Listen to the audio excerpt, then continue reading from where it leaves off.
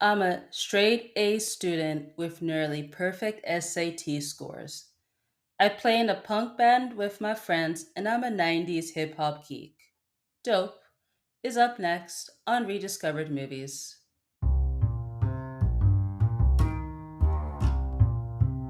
Hello, my name is Nomfanelo Malloy. I am your host of Rediscovered Movies, where overlooked movies, whether mainstream, independent, or somewhere in between, are discussed to be rediscovered for your viewing pleasure. All right, the film that will be discussed is Dope. Dope is the 2015 coming of age film written and directed by Rick Famuyiwa. Apologies for the mispronunciation.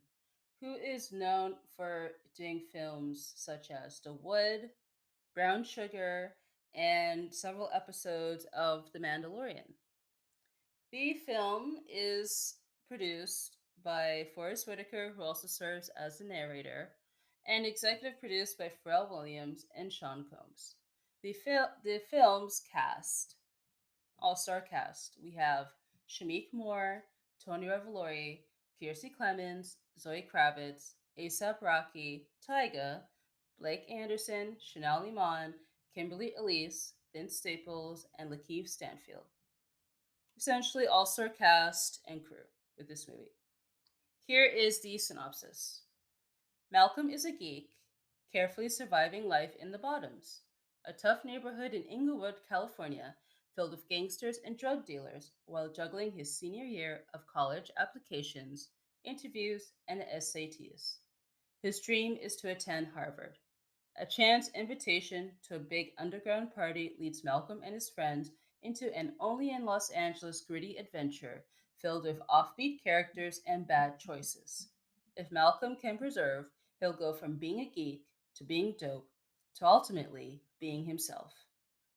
The film debuted at Sundance back in 2015, where it received numerous offers from production companies and film studios before it was sold to Open Road Films and Sony. The film competed in the 2015 Deauville American Film Festival, where it won the Audience Award. In terms of reception, it has 88% critic score on Rotten Tomatoes. Here's what they have to say. Featuring a star-making performance from Shamiek Moore and a refreshingly original point of view from writer-director Rick Famuyiwa, Dope is smart, insightful entertainment. Audience gave it 83%. So really, audiences and the critics were on par in terms of their thoughts on this movie. And it also has an A minus cinema score. The film was released on June 19th in theaters, where it debuted number 5 with 6.1 million, which was behind Jurassic World, Inside Out, Spy, and San Andreas. It re released on September 4th during Labor Day weekend. And in terms of how much money it made 17.5 domestic, 17.5 million to be exact. 480,311 international, with a total of 17.9 million during its theatrical run. This film is available to watch on Netflix and on video on demand. Check your local listings. Let's start with first discoveries. With this category, I talk about how I first learned about this movie, initial reactions, and has that changed since watching the film for the first time.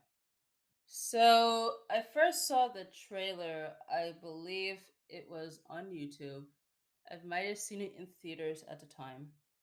And I thought, oh, this looks like a fun comedy film that is, set in a predominantly black neighborhood. It has, I thought, 90s vibe to it.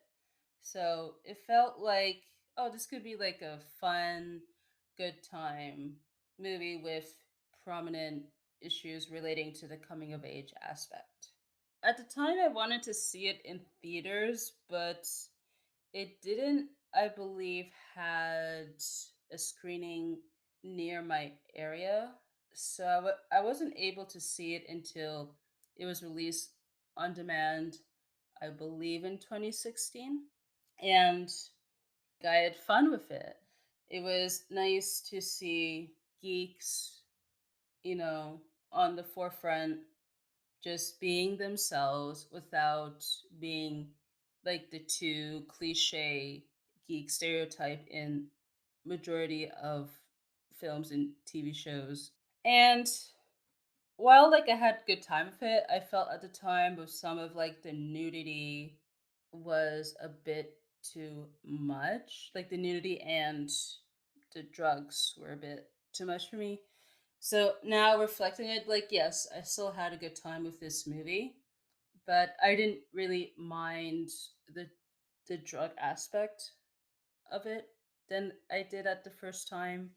So that may be off putting for some people, but hey, I had fun with it. Highlights: the 90s. Loved its use of the 90s, even though it is set during present times. Loved a good throwback with the hair, with Malcolm's Fresh Prince style hair, the clothes, like very bright and vibrant, the music with the like the hip hop soundtrack and the MTV raps captions that they use, particularly with the posts with the credits end credit scene.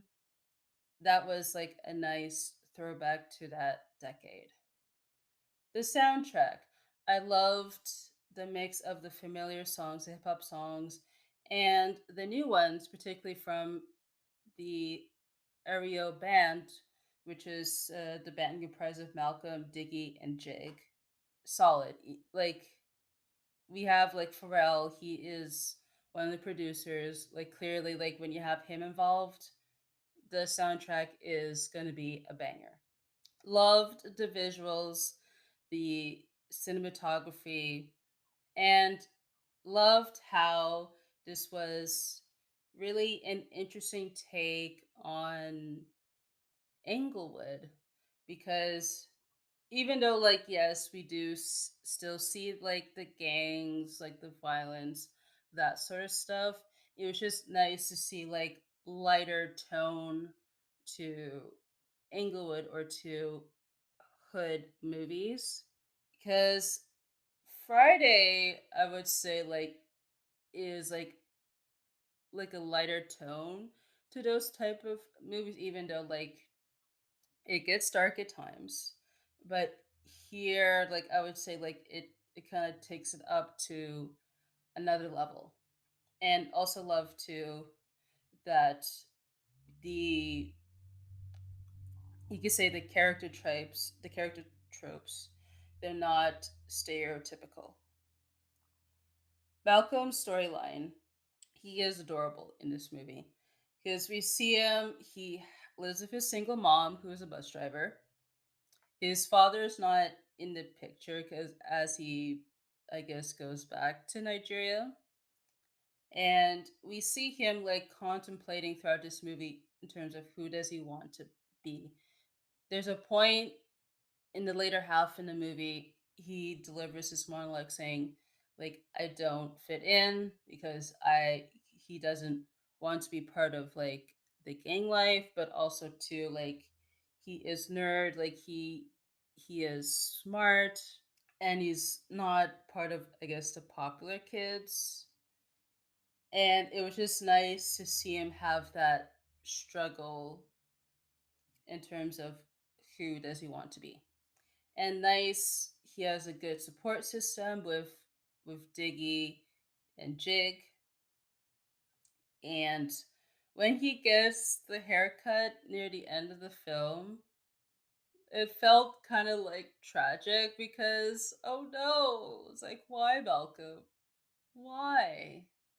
But at the same time, like he is maturing in order to move on to the next phase of his life.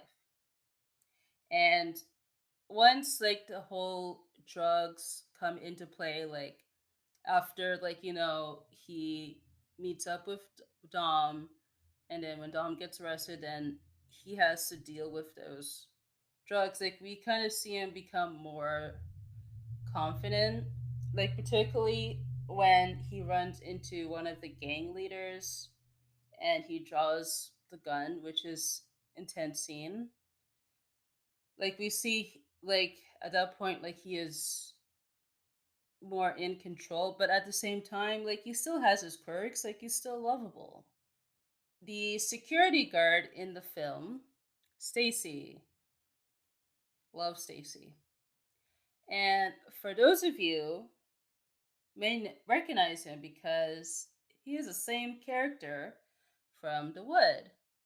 Now, The Wood came out 1999, which stars Omar Epps, Taye Diggs, and Richard T. Jones. So, Stacy in that movie, he was a drug dealer. So, for those of you that have watched The Wood, it was nice to see Stacy. You know, he clearly he has moved up. He's no longer part of that life, and he's just doing like his thing. So, now with that being said, there should be a limited series set afterwards where we see that gang with Omar Epps. We see them like what happens to them after the wedding. That would be cool for those that are fans of the film to see what they've been up to. So I'm not sure like if like it'll be under Paramount or like Netflix depending on rights, but I mean, let's make this happen. Landmarks, since this is set in LA, it was nice to see Randy's Donuts, that iconic donut shop with the logo, which is seen in a variety of movies, including Iron Man 2 and Get Shorty. So, really, like those landmarks come, they're part of the characters of the film. And also to the Thurgood Marshall Bridge that they keep running across. Also nice to see that. And in terms of scenes, I loved the news segment with the coffee shop guy who has like a vanilla latte, something like that. It was just funny to see to see like his reactions of seeing Lily doing weird stuff, be like being naked, taking a dump outside. That was just fun to watch. And the slippery slope scene at the club. That was, yeah, just hilarious, like unexpected. But clearly, like it shows that like he is smarter than he appears to be, but doesn't want to, I guess, show it to others, I guess, to assert, his toughness and all that stuff or his street cred. But, you know, when he's with Malcolm, like, it don't matter. Like, it was just nice to see, their relationship played out in the movie. Now, in terms of lowlights, one of the issues that I had with this movie was the pacing. Even though this is less than 2 hours, it's an hour 45. I felt that there was a bit too much happening in terms of the storylines. Like it could have been a bit more like focused on Malcolm's adventure, and maybe like it could have not make drugs the central focus of the movie, but even though like it does help change Malcolm's character, like the pacing, it could have been a bit more tightened because I'm not sure if it's because of like the screenplay or if it's editing, but it could have been a bit more tightened. Let's start also too with Nikia. So Zoe Kravitz's character. She seems to be selfish when like she asks Malcolm for tutoring. So we see like these two, they're like attracted to each other even though Nikia is with Dom, I guess question mark.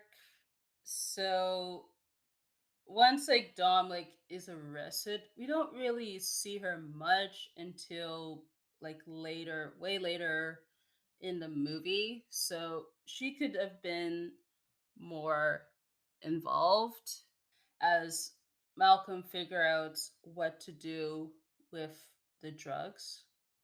The friends, Diggy and Jib, it was nice that, you know, they're there to support Malcolm, but there could have been more to them than having to be like a caricature because essentially Diggy, she is lesbian and Jib is 14% African. So there could have been a bit more to them, like in terms of like stuff that they're dealing with, but also to maybe like a bit more, maybe like backstory in terms of their relationship with Malcolm. The mother, Malcolm's mom, there could have been more moments with her than just her being like in the background, you know, in her job. She could have been like more encouraging, and maybe she could have like confront Malcolm once he starts to, I guess, change in quotation marks. Like the actress, like she's does a good job, but there could have been more to do with her character. Stacy, like when he he could have been more involved too than just being like the, I guess, comedic relief.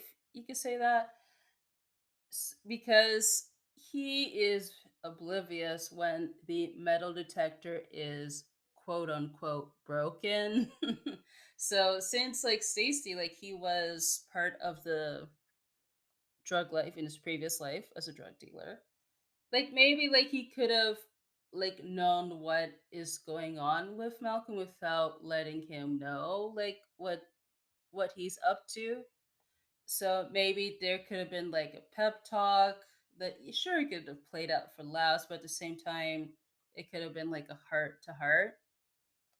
Maybe again they couldn't have explored that direction because of rights, because the wood is owned by Paramount while this movie is under Sony. But his character could have been a bit more fleshed out.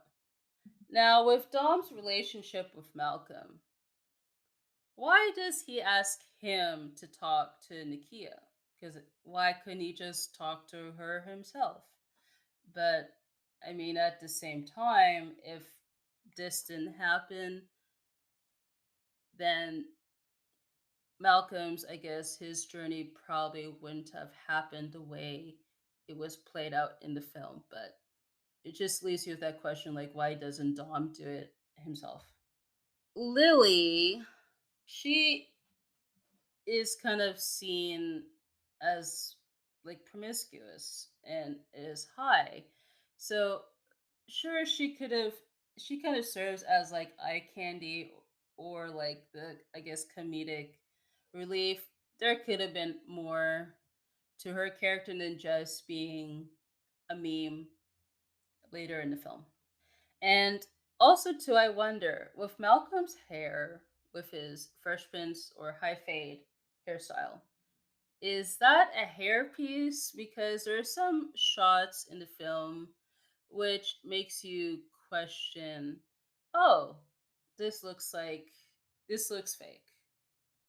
Or maybe it's just the lighting that makes it look that way. I don't know. Maybe there could have been like reshoots like after he cut his hair and all that stuff and had to redo the scenes. Maybe that's why you could see at times it looks kind of off, but I don't know. On to trivia. This movie was apparently the first to accept Bitcoins for ticket purchases at over 900 theaters in US via movietickets.com, a nod to the film's own plot. I thought that was interesting. For I still don't know the whole like what is Bitcoins, because like when they introduced that aspect of the film, I thought, oh, like I guess that's a smart way to kind of move the drugs without, getting suspicions. But at the same time, I just wonder like how the whole Bitcoin process works. I so I thought, yeah, that was interesting that, you know, they accept Bitcoins for ticket purchases. But at the same time, I just wonder like, what are Bitcoins? Why are Bitcoins here? I don't know. I would love to get a whole crash course on Bitcoins. I mean, I wouldn't use that personally, but hey, kudos to the film for using Bitcoins. ASAP Rocky. So he auditioned and was cast as Dom after he helped his then girlfriend Chanel Iman run her lines. Kudos to him because he did a great job like with his performance, even though it was brief. And yeah, I would love to see him like explore the acting world more. According to Tony Revolori, all the weed used in the movie was real.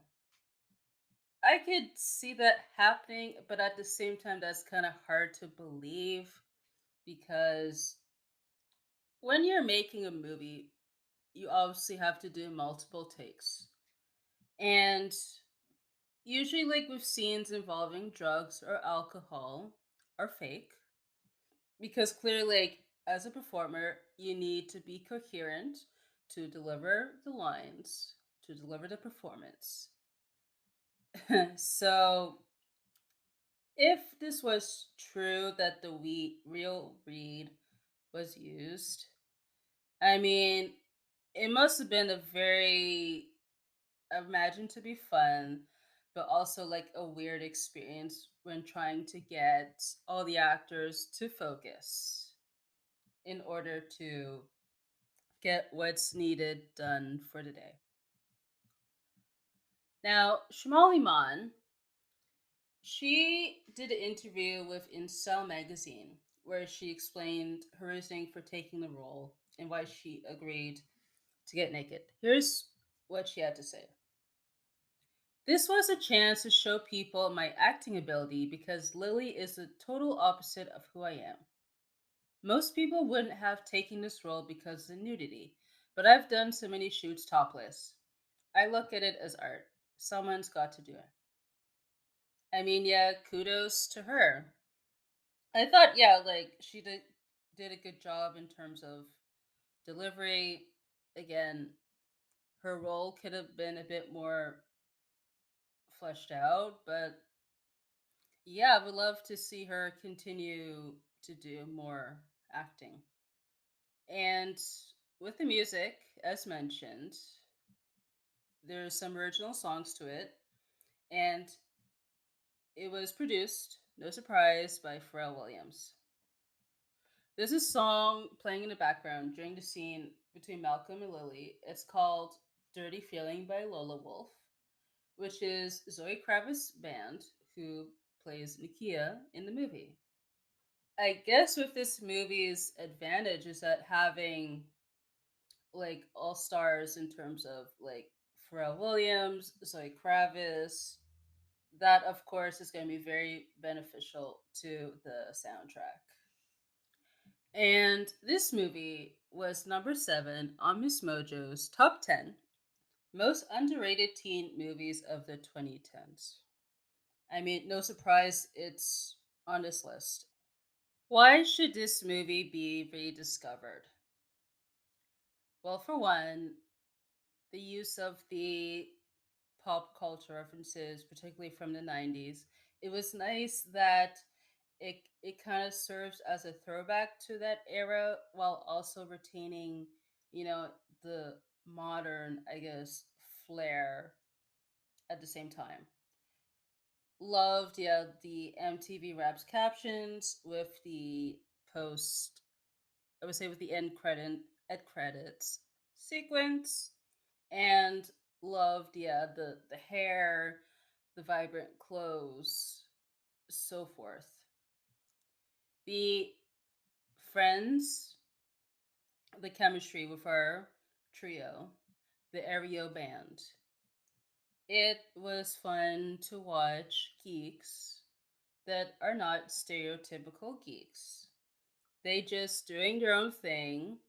They're just having fun with their band while also trying to achieve their goals to get into college. And the cast did amazing job with the performances, particularly from Shamiek Moore. I mean, it's no surprise that pretty much everyone went on to have prominent careers with acting, like with Shamiek. He went on to do Spider Verse. Revelori, of course, is in the Spider Man films, and Kiersey Clemons with DCEU with The Flash and Justice League. Yeah, like I said, all star cast and the crew. Soundtrack is a banger. I mean, Pharrell Williams did a good job with the original songs, but it's also nice too to have like the '90s hip hop songs. It was a good throwback to that era, and loved also too the coming of age aspect with Malcolm. Of course, he's doing his own thing, but also too we see him mature as he gets deeper into the world of drugs. Please check out this movie. It is available on Netflix and video on demand.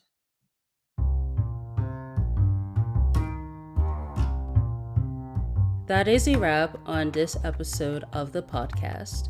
You can submit questions, comments, and suggestions by email, which is rediscoveredmovies@gmail.com. Those will be read along with a recap of the season, which will air after the season finale. You can also follow the podcast on Twitter and Instagram at RDMoviesPod for updates. Thank you so much for listening. Until next time.